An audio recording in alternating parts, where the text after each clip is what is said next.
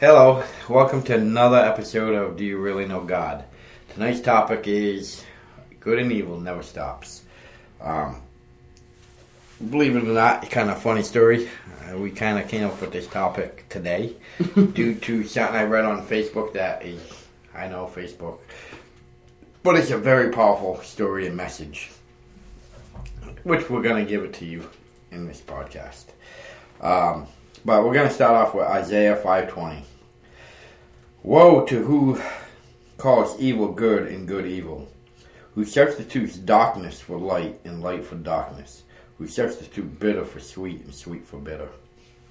That kind of sums it up with evil, because this day and age, there is so much going on that is evil, but people see it as good. Yeah, and I think that more just goes as goes with the times, because more and more, like we talked about in one of our first episodes, was that in the media there's a lot of negative, unbiblical things that you see, and a lot of evil, and so people actually they see that and they think of it as the normal. Or it's something good. Yeah. And it's not necessarily good, there's a lot of evil in that. And the reason why we picked a topic as we did is because it's basically the truth to it. You got to think about it. While you're sleeping, good and evil is still happening. While you're on vacation, good and evil is still happening. Good and evil does not stop because you've rested. Good and evil does not stop because you're sleeping. Good and evil don't stop because you died. No matter what, there's going to be good and there's going to be evil of every second of every day. Yeah. And it's just a matter of capturing what we do to get messages out there of the good. Because you got to keep giving the message of the good, because if not, the evil will overpower, because it's trying to overpower. Yeah. And that's where this is all stemming to, because a lot of people are like, oh, well, I don't have to pray to the God today because, you know what, I did yesterday. It's only one day. It ain't going to hurt nothing. It's not necessarily true, because that one day could put evil in your life. It could put evil in your path. It does not stop because you did. That becomes habit forming as well. That's another big... Because if you sit there and say, oh, well, just for one day, and then you think, oh, I made it through that day perfectly fine, I could do it again. And then before you know it, it becomes a habit, and it becomes just a vicious cycle of keep doing it, keep doing it, keep doing it. And you got to understand, too, evil... If you really think about it and really search it and research it, evil is a thing of habits. Evil likes you having habits. It's like you having a bad habit, like a drinking problem. Evil likes that because it's a habit that you're going to constantly do over and over and not realize you're doing it. Mm-hmm. And that's what evil likes. With good you got to break the habits, and good you got to kind of get yourself in the habit of doing good. But the problem is, as a human being and as free-willed humans, we tend to not habitize the good, but we habitize the bad. Just like smoking, bad habit. Drinking, bad habits. Drugs are bad habits, and they're all on the evil side. Well, one thing that I learned this when I was going through driver's ed. The instructor was talking to us about this, and we're on the topic of seatbelts and why you should wear them and all this. Well, he said that this is a study from, I think it was Yale University, was that this one professor wanted to study habits and how to break a habit and how new habits form. Well, what they found out was that it takes 14 days to create a habit and 21 days to break a habit. Yeah. And that's of just consistently doing it straight. Exactly. So I'm going to read you the post message that kind of triggered tonight's podcast, because it kind of, I ain't gonna lie, actually put a tear to my eye because it touched the soul. And it's a very real and possible story. It's very possible because I've actually seen similar type cases like this actually unfold and happen. Yeah, this is a fictitious story someone came up with, but it's based off of true life, what could happen. Exactly. Because I've really seen stuff like this actually in real life happen. Not exactly the same circumstances, but in similar type circumstances. So without giving the ending, let me read the story before we tell the ending. That's going to kind of be bad for the story. So, every Sunday afternoon, after the morning service at church, the pastor and his 11-year-old son would go out into the town and hand out gospel tracts. This particular Sunday afternoon, as it came time for the pastor and his son to go out to the streets with the tracts, it was cold outside as well as pouring rain. The little boy bundled up in his warmest and dreariest clothes and said, "Okay, Dad, I'm ready." His pastor, Dad, asked, "Ready for what?" "Dad, it's time to go gather our tracts together and go out." Dad responds, "Son, it's very cold outside and it's pouring rain." The boy gives his dad a surprised look, asking, "But Dad, aren't people still going to hell even though it's raining?" Dad answers, "Son, I'm not going out in this weather." Despondently, the boy asks, "Dad, can I go please?" His father hesitated for a moment and said, "Son, you can go. Here's the tracts. Be careful, son." "Thanks, Dad." And with that, he was off out in the rain. This 11-year-old boy walked the streets of the town, going door to door and handing out to everybody he met the gospel tracts. After hours of walking in the rain, he was soaked to the bone, chilled wet, down to his very last tract. He stopped on a corner and looked for somebody to hand the tract to, but the streets were totally deserted. Then he turned towards the first home he saw, and he started up the walkway. To the first door, he rang the doorbell. But nobody answered. He rang the doorbell again and again, but still no one answered. He waited, but still no answer. Finally, the 11-year-old boy turned to leave, but something stopped him. Again, he turned to the door and rang the doorbell, knocked loudly on the door with his fist. He waited, somebody holding him there on the front porch. He rang again, and this time the door slowly opened. Standing in the doorway was a very sad-looking elderly lady. She softly asked, "What can I do for you, son?" With radiant eyes and a smile that lit up the world, the little boy said, "Ma'am, I'm sorry if I disturbed you, but I just want to tell you that Jesus really does love you, and I come to give you my very last gospel tract, which will tell you all about Jesus and his great love." With that, he handed her his last tract and turned to leave. She called to him as he departed, "Thank you, son, and God bless you." Well, the following Sunday morning in church, Pastor Dad was in a pulpit. As the service began, he asked, "Does anybody have a testimony or want to say anything?" Slowly in the back row of the church, an elderly lady stood to her feet. As she began to speak, a look of glorious radiance came from her face. "No one in this church knows me. I've never been here before. You see, before last Sunday, I was not a Christian. My husband passed on some time ago, leaving me totally alone in this world.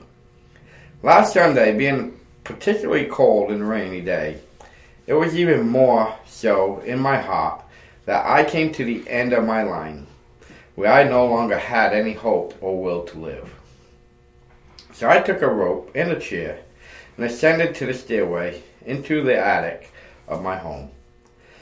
I fastened a rope securely to the rafter of the roof, stood on a chair, and fastened the other end of the rope around my neck. Standing on the chair, so lonely and broken-hearted, I was about to leap off, when suddenly a loud ringing of my doorbell downstairs startled me. I thought, I'll wait a minute, and whoever is there will go away. I waited and waited, but the ringing doorbell seemed to get louder and more insistent. And then the person ringing also started knocking loudly. I thought to myself again, who on earth could that be? Nobody ever rings my doorbell or comes to see me. I loosened a rope from my neck and started to the front door. All the while, the bell rang louder and louder.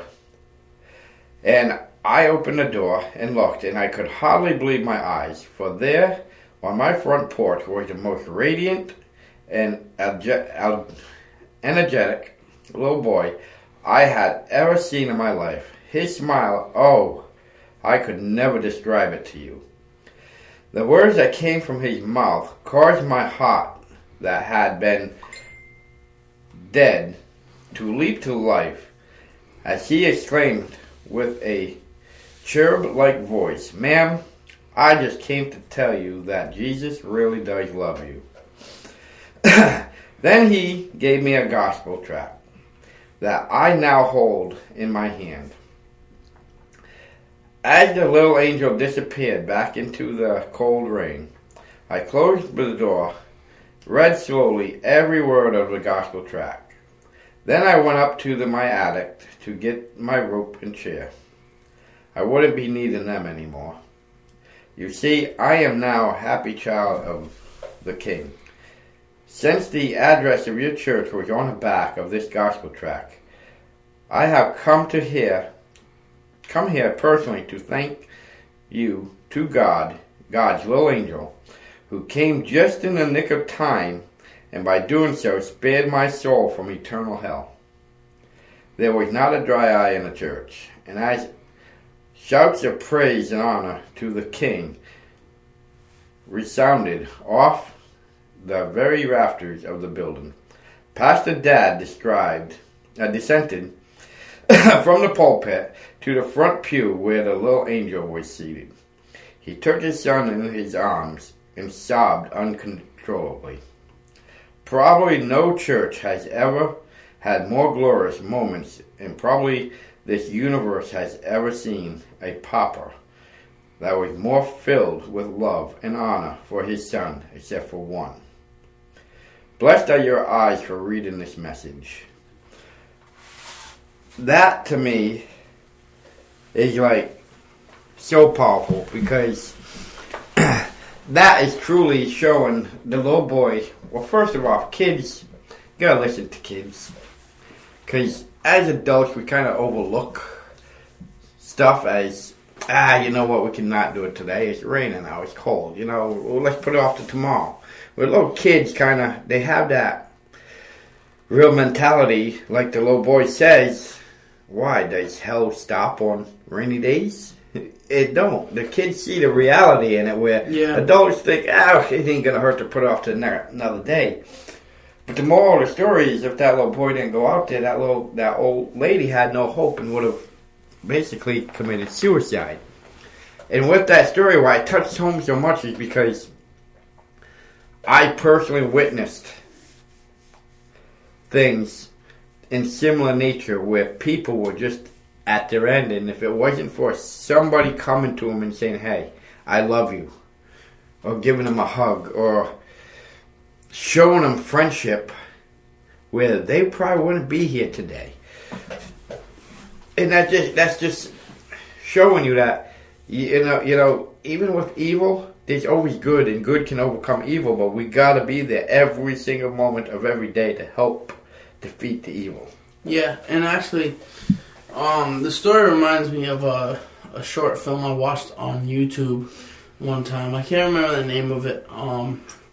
This was a couple years back, but what it was it started off with this beautiful, probably like 23-year-old woman, and she's what you see is she puts down a chair in her living room, and then you see her stand on the chair, look around.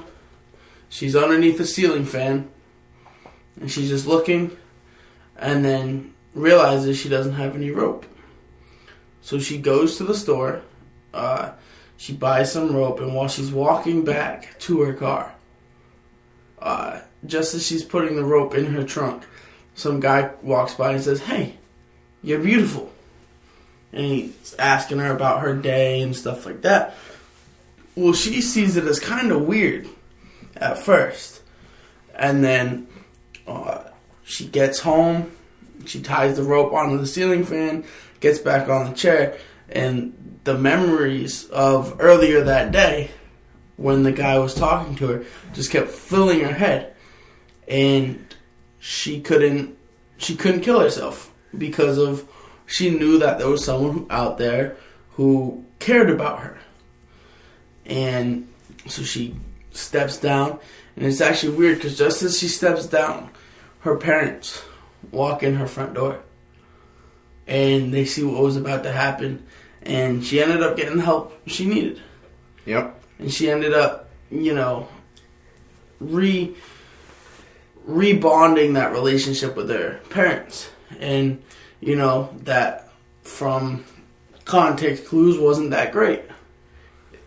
Here's the deal is, one thing that we don't realize is evil is not something that is going to come out with you with horns and a tail and red and ready to show its face and ugly or whatever. Evil can be in a simple form of depression. Depression is evil. People go through depression all the time, and that's a form of evil. Doesn't make the person evil, but it's evil taking over their body and their soul, which makes them do stuff like suicide. And that also comes from a lot of different things, like people bullying. When you bully another person, that's evil. Yeah. That is pure evil. And what you're doing is you're hurting the other person's soul into a depression, which is another evil. So one evil is creating another evil, which is going to lead out to like even suicide or something else, or even murder, suicide. Could be anything. Evil leads to evil. And what we need to do as Christians is we need to remember this. Evil never dies. It never stops. There's bullying every day. There's depression every day. There's people wanting to commit suicide every single day, every minute. And no matter what the weather is outside, no matter what you have going on in your life, you're a true Christian. You're a follower of Jesus. You love Jesus. You love God. We need to learn to be nice to people, because your kindness, that's good. Your kindness of good defeats the depression, and it defeats the bullies. It defeats that type of evil to kind of create a goodness of God's love. And you know what? You got to remind people that even though you feel that you have no love out there, nobody loves you, God loves you. Jesus loves you. Jesus died for you so you could have eternal life. Yeah. That is eternal love that you can't replace from nobody. There is not a human being on this earth that will give you better love than God and Jesus. And one of the things that I took away both from the short film and the story Father just told is you never truly know what people are going through. You never truly know what's going on in their head. And there's multiple cases of that. There's actually a case from the Columbine shooting where one of the shooters named Eric was friends with this one kid, and they skipped the whole first half of the day, obviously, because they're gonna commit the shooting. And the kid he was friends with actually saw him pull up, and he went up to him and was like, "Hey, you're a straight A student. You never miss class. What's going on?" And the kid looked at him, and Eric, the shooter, he looked at him and said, "Hey, something bad's about to happen, and I like you, so you should get out of here." And the kid who he spoke to, his friend, he kind of shrugged it off and was just like, what do you mean? And he didn't understand what was happening. And luckily, he was, when he heard everything going on, he was able to get away, and he wasn't killed or anything. But that's just another case of, again, you don't know what's going through people's head. No. That little boy didn't know what was going on before she opened that door. No. That guy didn't know what she was buying rope for. I got another story, and another one I read on Facebook, similar. And it's basically, it's about this kid in school, and he's always bullied. He's always picked on. He's like the nerd of the school. Everybody picked on him and did everything. Well, walking home from school one day, this other kid was walking behind him, and these bullies ran up, and they ran to him, and they pushed him down and kicked his books all over the place. Well, this other kid, seeing it, kind of ran over to his rescue and helped him up and helped him with his books up and got him back on his feet and said, hey, let me walk you home. So he walked him home, and during this walk home, and now this other kid was like more of a jock type kid, helping him. And just out of goodness of his heart, because he felt bad, he decided to walk with him. And then on a walk home, he asked me, he said, hey, tell you what. He goes, I'm going over another friend's house, and we're going to be playing video games. You want to come with me? So the kid's like, are you sure? And he's like, yeah. He goes, well, I don't normally go over people's house and that. And then he's like, that's why I take all my books home for the weekend. And he's like, well, why do you take all your books? He goes, I have no friends, so I just take all my school books home and I get ahead on schoolwork. He goes, well, today come with me and we'll go play video games. So he said, okay. So he walked him home. He went over to the other kid's house. They played video games. Well, over time, they wound up becoming close friends, real close friends. And they wound up doing everything together and enjoying life and all this. Well, they make it through high school. They graduate high school. They go to college. They graduate college. Well, finally, not the nerd kid, but the other kid meets a girl, gets engaged and all this, and makes the other kid, the nerd kid who he picked on, his best man. Well, for the wedding. So they get to the wedding, and they get up and they do the thing, and he's the best man. And then he gets up to do the best man speech. He gets up on a stage to give the best man speech. And he says, we're going to call the sport guy Tom. And he goes, me and Tom have been friends for 12 years now. He goes, and I will give my life for him because he's the greatest guy I ever met. He goes, his wife, Pamela, is about ready to marry, is a great woman. They're going to be happy together. But let me tell you a little story about me and Tom. He goes, Tom doesn't even know the story because I never told him. He goes, but our friendship started, he goes, Tom's always been one of those little upperclassmen that people look up to a little bit. The popular kid. And he goes, here I am, the little nerd, and everybody picked on me, and I had a rough life. And what happened is the day that I was walking home, it was on a Friday, he goes, I cleaned out my locker, and I had all my locker contents on me. He goes, the reason why I had all my locker contents on me is because I picked on so much. He goes, I had full intent that I was cleaning out my locker because when I got home from school, he goes, I was going to kill myself. He goes, so on the way home from school, these bullies came and knocked me over, knocked my stuff over again, which added to the pain. He goes, so I guaranteed when I got home, I was going to kill myself. He goes, Tom helped me pick up my stuff, walk me home. And he goes, even though it was a nice gesture and I felt good about it a little bit, but he goes, it was one kind thing out of how many bad things happened, and I still going to kill myself. And then Tom asked me to go with him to his friend's house to play video games. He goes, I decided to go, and he goes, when I went, he goes, I had so much fun, and Tom was such a good friend. And he said the very next morning, first thing in the morning, Tom showed up at my house, knocked on my door, asking me to go to the park with him. He goes, so that weekend, we played all weekend, and we wound up becoming close friends. And over time, he goes, now look at us 12 years later. We're still best friends. We made it through life great. He goes, I just got through college. I got a good job now. He goes, Tom's getting married to a beautiful woman. And he goes, but I need to say thank you to Tom, because if it wasn't for him, I would not be here with him to celebrate his wedding. Yeah. Wow. I seen that one on Facebook too. Yeah. Well, actually, kind of on the flip side of that is, I found this actually around the same time that I watched the short film.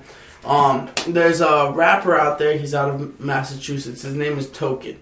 Now he's not like a lot of the other ones that I talk about, like Lecrae, Andy Mineo, and all them. He's not. He doesn't talk about God and all that a lot in his songs. He's just a rapper, and he has this one song, and it's called "Exception," and it's about this kid named Andy, who doesn't have a good home life, and he's constantly picked on at school. And Token, in the music video and in the song, kind of plays the role of a bystander. He sees this kid, Andy. He sees him getting shoved into lockers, sees him getting books knocked out of his hands and made fun of all the time, and he sits there and watches it. And in the song, he says he doesn't approve of it, but he doesn't do anything about it at the same time. And at the end of the song, I don't really... Spoiler alert if you plan on listening to it, but at the end of the song, Andy comes in late for class, and Token, he sat behind this kid, Andy, and he says, Andy walks in, and he shoots the two biggest bullies of his who happen to be in the class. And Token stands up, and he says, hey, think about this. And starts telling him about how he shouldn't do it, and about how he shouldn't keep, killing people. And he's, at the end of the song, one of the final words is, you were the third on my list. Because you sat there, saw everything, and didn't do anything about it. And he said, in that sense, you were just as bad as them. You allowed it to continue on, and that was it's a deep song, and it really touches you. But I suggest going to check out that, and I just want to get a flip side on it. If you see something like that, some of these rappers owe us royalties. You kind of brag some of these rappers up were pretty good. I want some royalties out of them. But they, if you see something like that going on, noticing it isn't going to do anything. No. Just not until you speak up or do something about it. Here's what you got to think about it, too, is what would Jesus Christ do in this case? You got to think about it. We are here to spread love. Watching something bad happen to somebody else and not doing nothing, you're not spreading love. No. You're not spreading evil, but you're not stopping evil, and you're not spreading love. So it makes you just as bad as the people doing the acts. Yeah, because you're not doing anything to stop it. And this whole podcast is how good and evil alike do not stop. They never sleep. And we've kind of, most of this podcast so far have been mentioning cases of bad more than good. But you got good that comes with bad. Exactly. Well, you need good to defeat bad. And that's what we're trying to tell you is bad is going to happen. Evil is going to try its damnedest to make bad happen. It's going to make you commit suicide. It's going to give you depression. It's going to bully you. It's going to do whatever it can to win you and win your soul. Because bottom line, evil wants your soul. Yeah. They don't care about your physical body. They don't care about your humanly body. They care about your soul. And the reason I kind of brought up that song was because good and evil don't stop. Sometimes there's no good in things, but there's never no bad in things. No matter how good things are, or how great of a place this is, or whatever, there's always going to be that bad trying to get in there. But unfortunately, when things are bad, there's not always that good that's trying to get in there. Here's the problem: is bad is so ambitious, I guess I can say. Bad is very ambitious. The evil is ambitious. It is looking to conquer everything. And it is trying its hardest to do it. And the problem is us, we're afraid to go against evil. We're afraid to fight against everything else is. You see around it, you see like somebody bullying, per se. You see 3 people bullying a person. Everybody is so afraid to go against because they're afraid to be bullied. When you don't realize, if we work as good as a group, we overcome the evil. Strength in numbers. And if you got 3 bullies bullying a kid, you have 4 good people that say, hey, stop it. Now guess what? You outnumber them. They're not going to bully you. Yeah. Because you outnumber them. Or if it's not even just about number, the problem is people are afraid to reach out. People are afraid to love people. People are afraid to hug somebody or say, hey, you know what? You look good today. Hey, you know what? I love what you did yesterday in that presentation. We need to learn to put the good back out there. Because that's spreading the love of Jesus Christ. When you're spreading love, you're spreading love of Jesus Christ. And believe it or not, I know a lot of people think this is weird, but we got another business that's in our building. And the daughter, she's very huggy, I guess we can say. Yeah. She loves to hug everybody. And a lot of people think it's weird because she walks up to everybody and gives them a hug. And it is weird at first because she looks like she's 12 even though she's 21. Older than me. But she looks like she's 12, but it is weird, but you got to think about it. I've had bad days and she walks up, mandatory hug, and gives me a hug, and just for that split second it's like, wow, you know what? It took my mind away from the bad thing going through my mind, or the stress that we're going through. If we could, as a people, like, we sit there and at first when she started doing it, we're all like, oh boy, what's going on? But if you think about it, she's on the right track. Well, honestly, if anyone is, aside from Jesus, of course, is a prime example of constantly teaching and being good, it has to be her because, yeah, she's 21 and, she's an adult, she has her own job, all that, right? But she has this childlike sense. Yeah. And it's not only in the sense that she hugs people, but I'll be sitting there, because I work the service counter on our part, and she works the service counter on her part. And we're in the same room, actually across the room. And I'd just be sitting there waiting for a customer to come in and, doing whatever. And let's say, like today's a great example. Before noon, I was just constantly running around, hey, do this. Hey, you got a customer waiting here. And then, when you're done with that customer, this customer is here and all this. And I was just running around and I was getting a little bit stressed out and overworked and all this. And then finally when I had a break to sit down and relax, I went up to the service desk, I sat down, and I just kind of went, whew, just kind of like a, relax, breathe. And she sat there, she's like, are you okay? Yep. And she's good for that. Yeah, she's always, it's actually, it gets a little annoying, but it's in a good way. It's in a good way because she's constantly making sure you're okay. I mean, if you're not okay, she'll sit there and talk your ear off until you talk hers about what your problem is. I will honestly say, like, I worry about her because she's a little bit too friendly, huggy. And in this world today, I mean, you gotta admit, we gotta be like her, but there is dangers in being like her because you get around the wrong people, bad things are gonna happen. Exactly, they're gonna take it the wrong way. But here's the thing: is like he says, I'll have times when I'm stressed and I'll be like hanging over the fender of a car, just looking at it. Maybe I'm at a point where I'm like, I don't know what's going on here. I'm kind of lost. And if she sees you like that, she always makes a point, no matter what she's doing, she will stop what she's doing. And she'll walk up to you and put her arm on your back and say, hey, is everything okay? Oh, yeah. How you doing? Always. And you know what? You think it's people, like, he's like, wow, she's always, that's good. People need to do like that. Like, you know what? You're going through the Walmart and you just see somebody just staring, doing this blank stare, and you can tell the look on their face of, you know what, life sucks. Yeah. You see that look.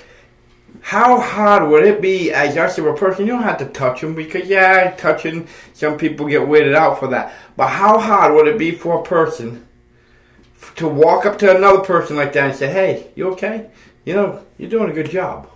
Jesus loves you. And walk away. Yeah. Don't wait for a response. You can just walk away. Never, guess what? You just took that person's miserable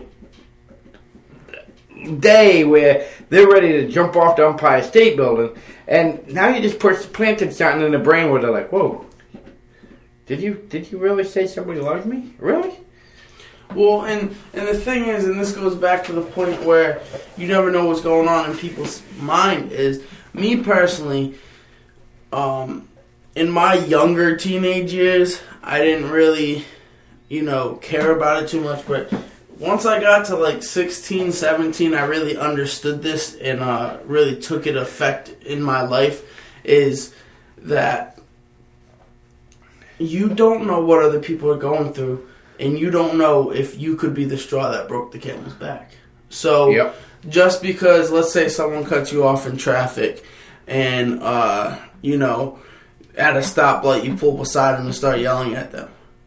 For all you know, that could be all the fuel they need to go commit a murder spree, to kill themselves, to, do anything. Exactly. Do something that is not good.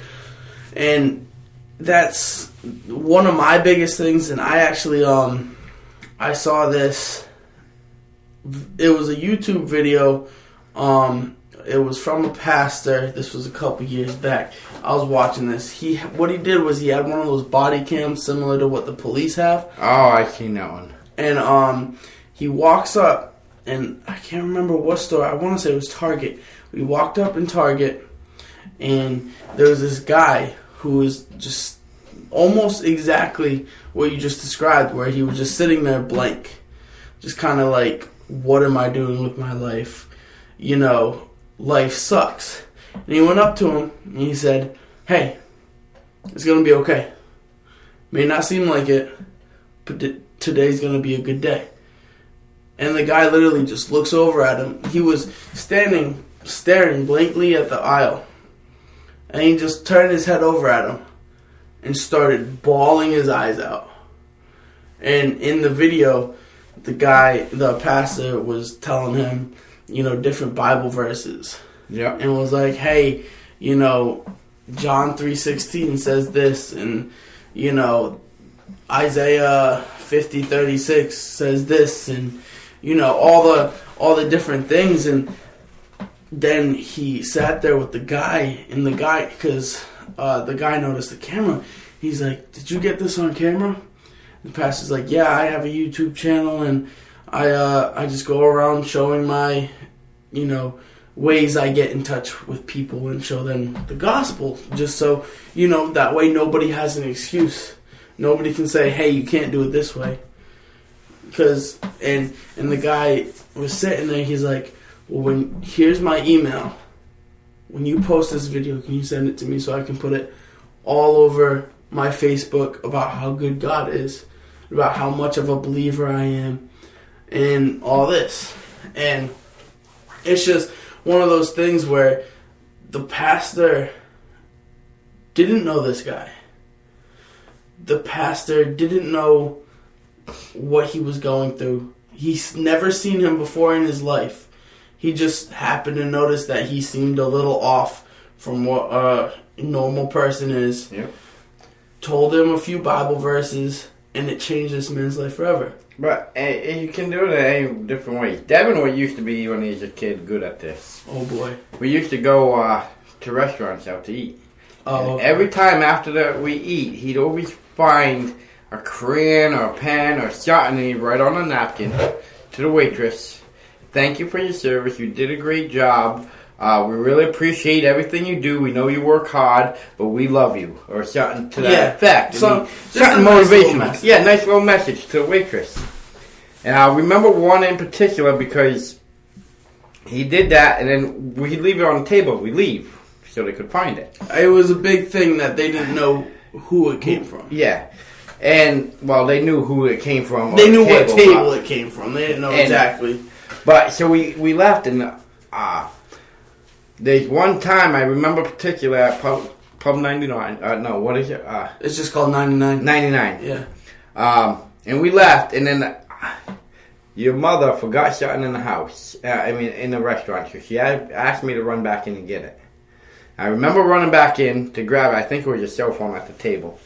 And when I grabbed it, I went to walk away. The waitress walked to me and she goes, "Hey, who left me this note?" And I told her, my son.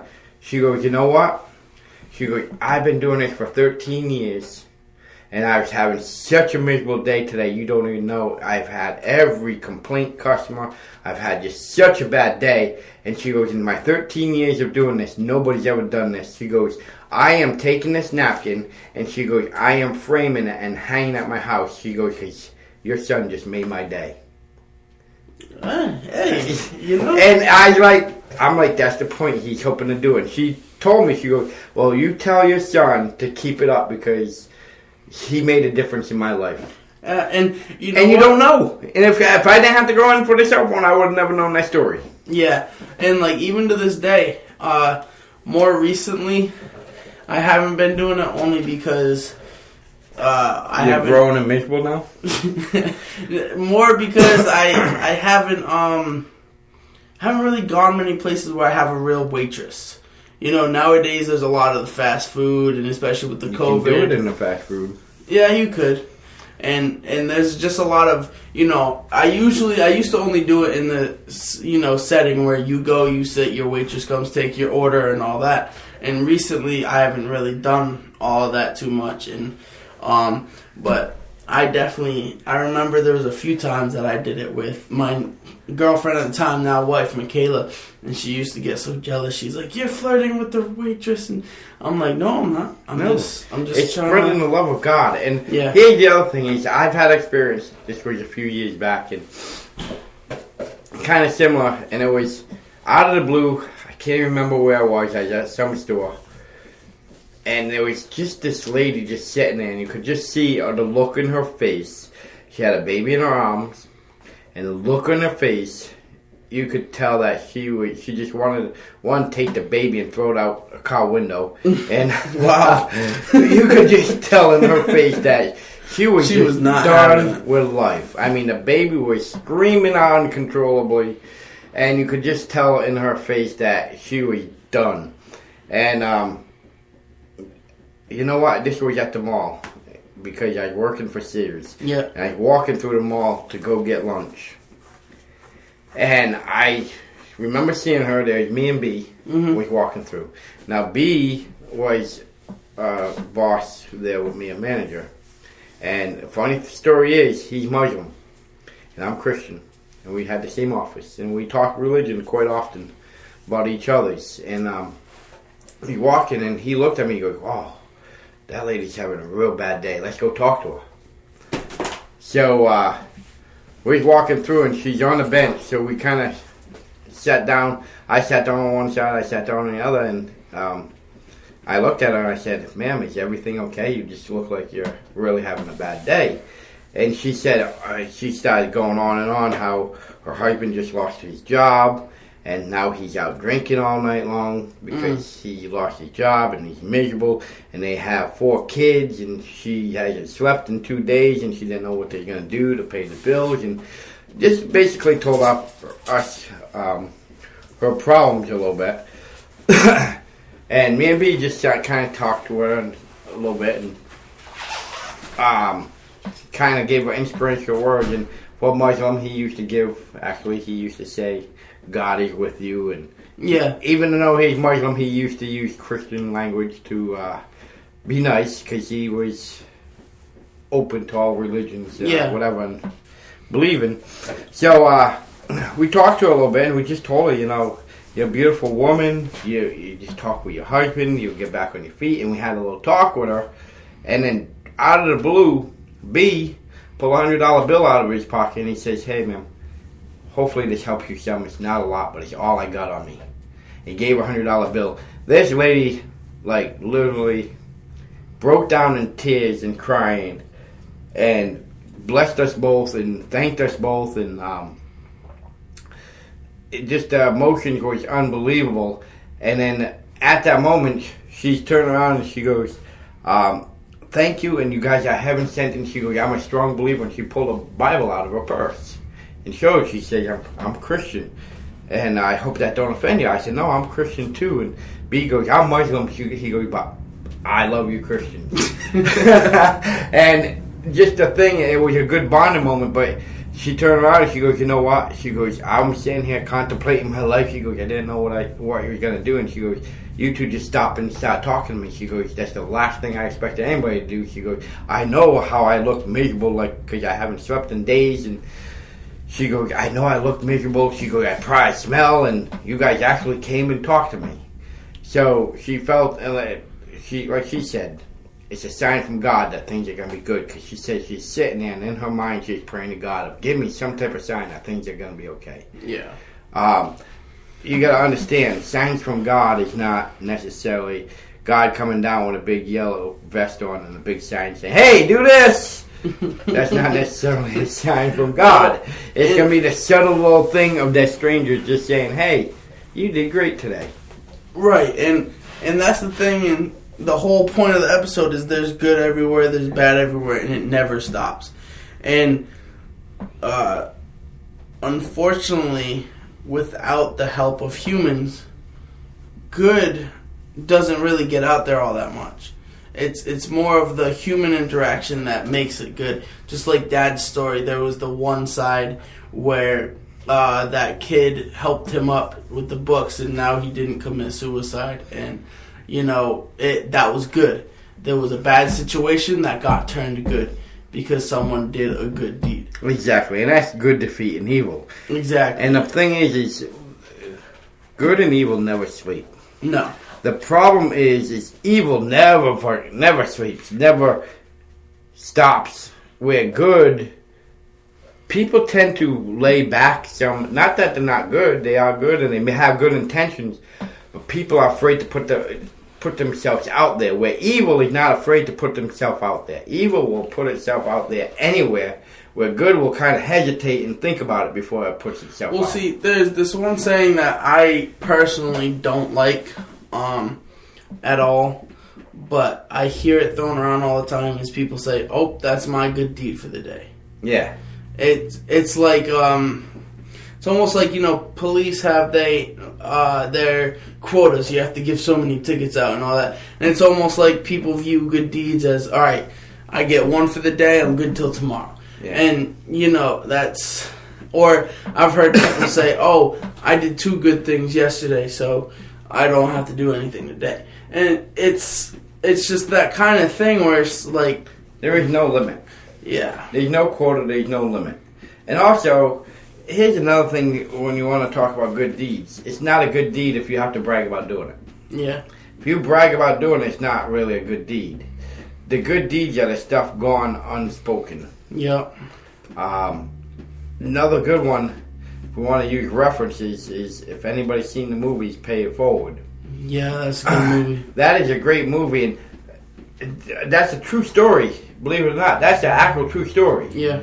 And true based. And here's the thing about it, is paying it forward is good taking its form. And defeating evil, because if we start doing that movement of paying it forward, you're doing a good deed onto another, asking them to do a good deed onto others. Yeah. And it's spreading it forward. And then what you're doing is, whenever you're doing good deeds for people, you're doing God's work. You're forming God's love. You're spreading God's love. You're creating a better society. You're creating a better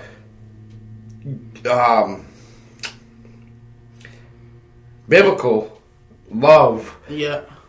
And you're creating God's love, and you're spreading God's love, so you're doing extra good that you don't realize you're doing.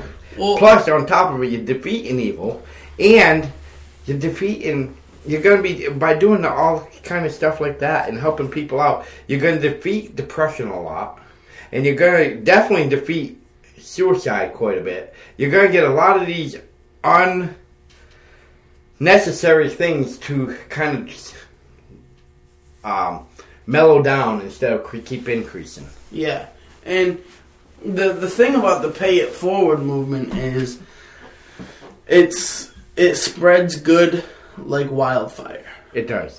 Because the whole point of the movement, if you've never heard of it before, is kind of like a chain reaction. So you do a good deed for someone. For 3 people. Oh, yeah. I'm sorry. Yeah, for 3 people. One person does good for 3 people. And each one of those people have to do good for 3 people. Exactly. So if someone does something good for you, you have to pass it on to 3 people. Mm-hmm. It's almost like chainmail. And, but just an example of how that spreads like wildfire. I remember we had to read this story in 5th grade. That has always kind of stuck with me. I don't remember the exact story, so I'm not going to quote it, but pretty much what the story is, it was a ancient Chinese tale where there was this girl, and she was going up against the king, and somehow she got some type of dirt or something on the king, and the king was stealing food from people. And stealing rice, to be specific. And she got some type of dirt on him or something where she said that he had to give the rice back. And he said, well, I'm not giving the rice back. And she said, well, how about this? That way you don't lose a lot of rice. You give me 1 grain? 1 grain. 1 grain of rice every day. And double it every day. So he's like, yeah, I'll never run out of rice then. Well, first day, gave her a grain of rice. Second day, 2 grain of rice. Third day, 4 grain of rice. 8 grain of rice. 16, 32, and we're not even in the 10th day yet, and he's already given her, a small meal. Full of rice, yeah. 32 grains plus 16 plus 8 plus 4 plus 2 plus 1. Well, yeah, if she collected it all up, yeah. You're adding up pretty good. And that's the thing, and I think the story was within a year, he had already returned all the rice that he stole. Yep. And he stole like 4 million grains of rice or something like that. A lot more than that, because that goes off the dollar saying. Somebody comes up to you and they say, if I give you $1 million today, or a penny a day doubled for the next 30 days, which way are you going to take? I'm going the penny doubled. Everybody wants that $1 million now. What they don't realize, if you take a penny a day doubled every day and add it up for 30 days, it's $11 million. It sounds like impossible, but do the math. I've done it. When the first time I heard it, I love math and I'm into math. And the first time I heard it, I said, no way. And I actually did it. It was $11,152.39, if I remember right, exact number. The thing is, and I've never been good at school or math specifically, but Mr. Projowski was my 5th grade teacher and the one that had us read the story. And we had to answer a few questions after we read it, kind of, reading comprehension. And so I did my questions, I turned it in, and at the end it said, do you have any questions for me? So I wrote down a question, and I was like, how does that equal more money? Or more rice? I said, it doesn't add up, because he stole this much, and for a year he gave her 1 times 2, then times that by 2. And I said, it doesn't really add up. And so one day he pulled me aside. It was actually, we were supposed to go to recess. And he's like, hey, Devin, can I talk to you for a minute? I was like, yeah. And so he's like, you had a question, and I just want to make sure you fully understand this. He said, it's not going to take long. I was like, okay. So he sat down with me, and Mr. Projowski was an amazing teacher. Very smart man.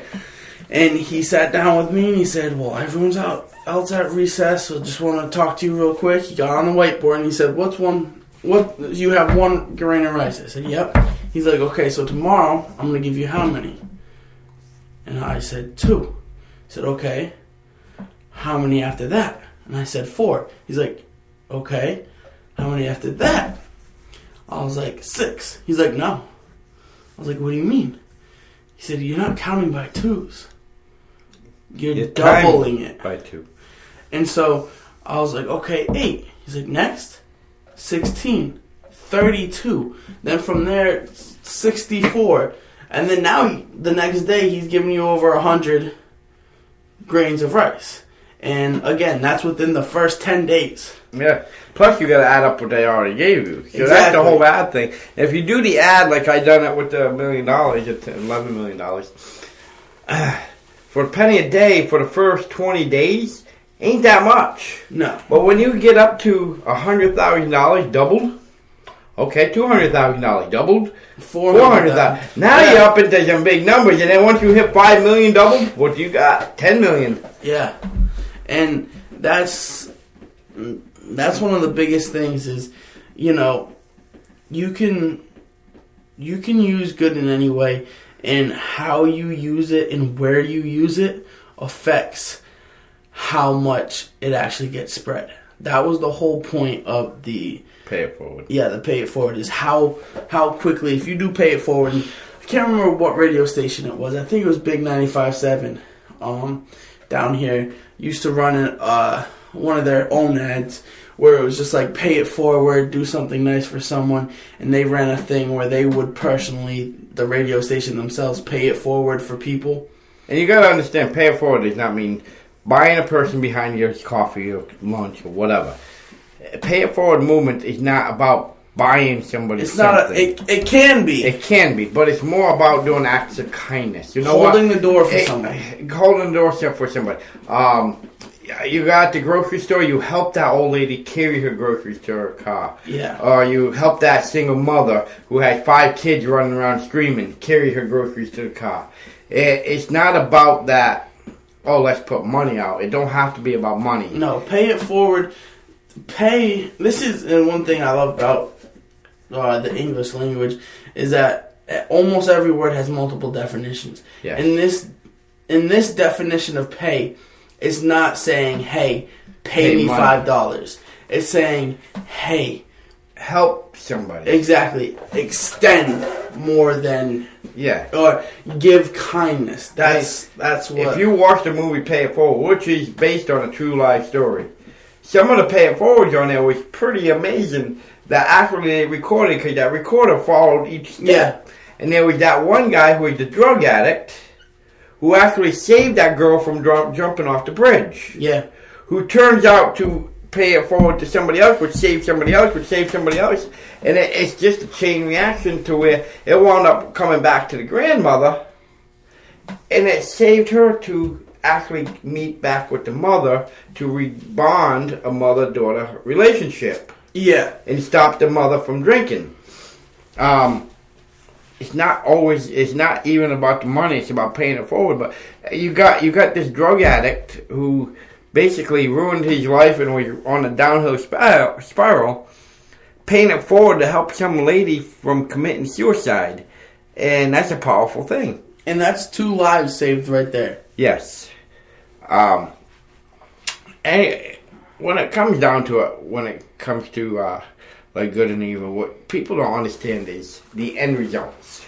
Yeah. It's not about the short-term good and evil that happens, people bullying, okay, it's evil or whatever, no harm, no fall type deal. But yes, it is over time. And we're talking about is good and evil is, we use it a lot in a human base, and it's not a human base issue. Yeah. It's a spiritual issue, because when you have the good and evil, it's all about your soul. Whether your soul is going to God or your soul is going to the devil. Yep. Yes, it's all on the eternal afterlife of your soul. And the devil is working overtime to collect as many souls as possible, because he's trying to build his army against God. And he's relentless about it. Yeah, and back to the bullying part is, actually, this is the true definition of bullying, is continuing to do something or verbally say something to another human after they have expressed displeasure with it. Yep. And by that definition, almost everybody bullies everybody. To some extent. Maybe it's not malicious. Maybe it's, your friend doesn't like the word moist, so you purposely use it around them. It's that, and is the simplest form of bullying, and, Mr. Bullying. Exactly, and there's, around the shop, we do little, tricks on each other and type stuff like that, and, it's not saying you can't do that and you can't have fun with it, but once you start seeing it take effect on someone's life, that's when you've gone too far, and that's when it's becoming the real bullying. Yes. And one of the things is, another thing with, this is going back to the beginning when we were talking about the suicide and all that kind of stuff, is, I don't care what anyone says, if you truly know a person, you can tell just by their mood shift. You can tell just by the looks in their eyes. Exactly. That they're done. And I've heard this multiple times, and I believe it, and I will till the day I die. Eyes are the key to your soul. Yep. Like, I don't care what you do, you can't affect how your eyes look. If you're sad, you can have the biggest smile on your face, but your eyes will always tell. And that's a common thing on anything. Your eyes are the keys to life. They tell that, and with everything. Like, when I used to box, one thing they always told us when you're boxing, you watch the guy's eyes. You know where he's going to throw the next punch, because he has to look there first. So, watch his eyes. When you see his eyes look at your left rib, you know he's going to be hitting for your left rib, because he's kind of aiming it up. Yeah. Your eyes tell you. When you dance with somebody, you look at their eyes, because then you can kind of connect to make the dance move. They say, like in the form of... in baseball, they say keep your eye on the ball. Yeah.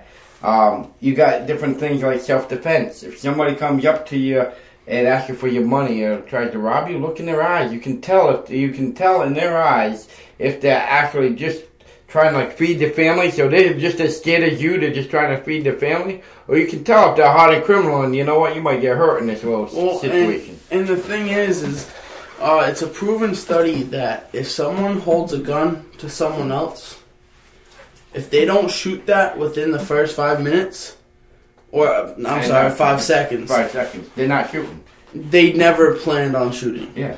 And it's a known fact, too, and this is a lot of thievery that happens with money. The thieves don't want to be a thief.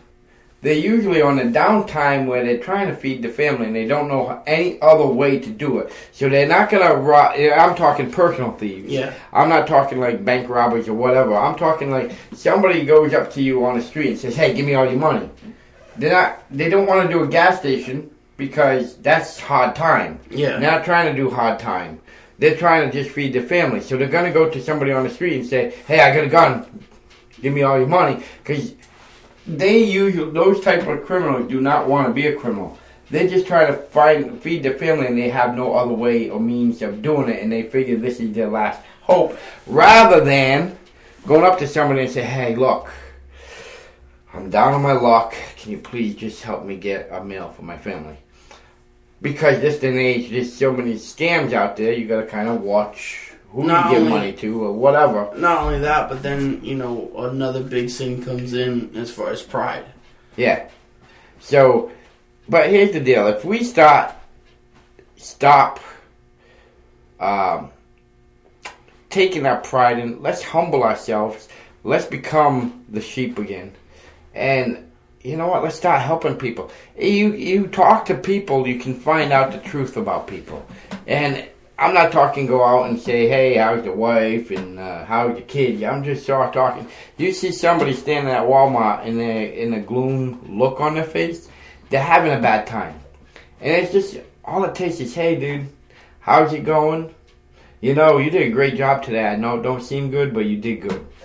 Yeah. It takes a little act of kindness and you can turn somebody's life 180 degrees quickly. But moral of the story is, let's start spreading the good so evil is not winning. Because right now evil is trying to win and it's relentless. It is going It is going full bore, 110 miles an hour, 24/7.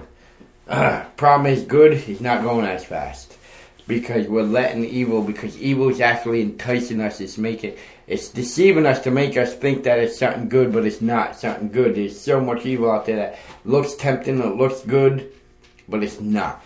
Yeah. It's kind of like that last call at the bar, you know? It looks good until the lights turn on, and it's like, whoa, wait a minute.